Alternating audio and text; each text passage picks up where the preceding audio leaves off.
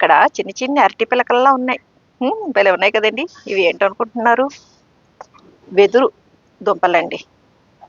నాకు కూడా తెలియదు, ఇది ఫస్ట్ టైం అనమాట. మాకు గార్డెన్ మిత్రురాలు అమ్మాజీ గారని ఉన్నారు. ఆవిడ గార్డెన్ వీడియో కూడా చూపించానండి. ఇంటి ముందే పెద్ద వెదురు చెట్టు ఉంటుంది. మేడం మీకు కావాలా ఇవ్వనా అని అడిగారు. సరే మేడం ఇవ్వండి అని అన్నా. అంటే వాళ్ళు జాగ్రత్తగా అండి వెదురు దుంప పక్కన నుంచి తీసండి ఇలా ఇచ్చారనమాట. మనం నాటుకున్నప్పుడు అండి వేరు వ్యవస్థది బలంగా ఉంది కదా, చక్కగా నాటుకుపోతుందండి. భలే ఉంది కదండి. అంటే వెదురు మొక్కలు పై భాగం ఎప్పుడు మనకు కనిపిస్తూ ఉంటుంది. ఆ వెదురు దుబ్బులు అవి చూస్తూ ఉంటాం. కాకపోతే అది ఎలా పెరుగుతుంది, ఆ దుంపలు అవి ఎలా ఉంటాయి అన్నది మనకు తెలియదు కదండి. ఇదిగోండి,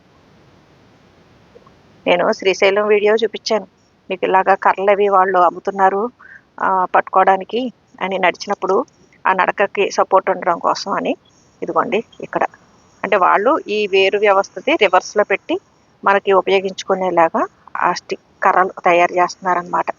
అంటే చిన్న చిన్ని మొలకలు అవి వచ్చినవి వాళ్ళు కట్ చేసేసి ఆ కర్రల కింద తయారు చేస్తున్నారు.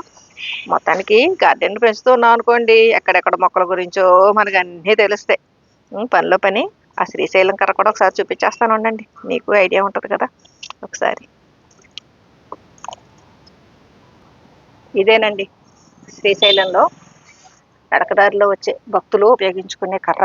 అంటే సపోర్టివ్గా ఉంటుందని చెప్పేసి ఈ కర్రలు ట్రైబల్స్ దగ్గర వాళ్ళు 30, 40, 50 అలాగా ఆ రేట్లు పెట్టి కొనుక్కుంటారటండి. అంటే డిమాండ్ని బట్టి అవసరాన్ని బట్టి ఉంటాయి కదండి రేట్లు అటు ఇటుగా. అంటే ఇప్పుడు ఈ కర్రలో ఇలాగ పెరుగుతున్న దుంపని తీసేసండి ఈ కర్ర హ్యాండిల్ కింద న్యాచురల్గానే అవి కరువు తిరిగి ఉంటాయి అనుకుంటండి. ఆ వేర్లు అంటే పక్కపక్కనే పెరగడం కోసం అవి ఈ వేరు వ్యవస్థ ఈ చిల్లులు ఇవన్నీ అది తీసేసి అమ్ముతారనుకుంటా. మొత్తానికి ఏమైతేనే ఇలాగ కొత్త కొత్త విషయాలండి. ఇలా వెదురు ఇలా వస్తుందని ఇవన్నీ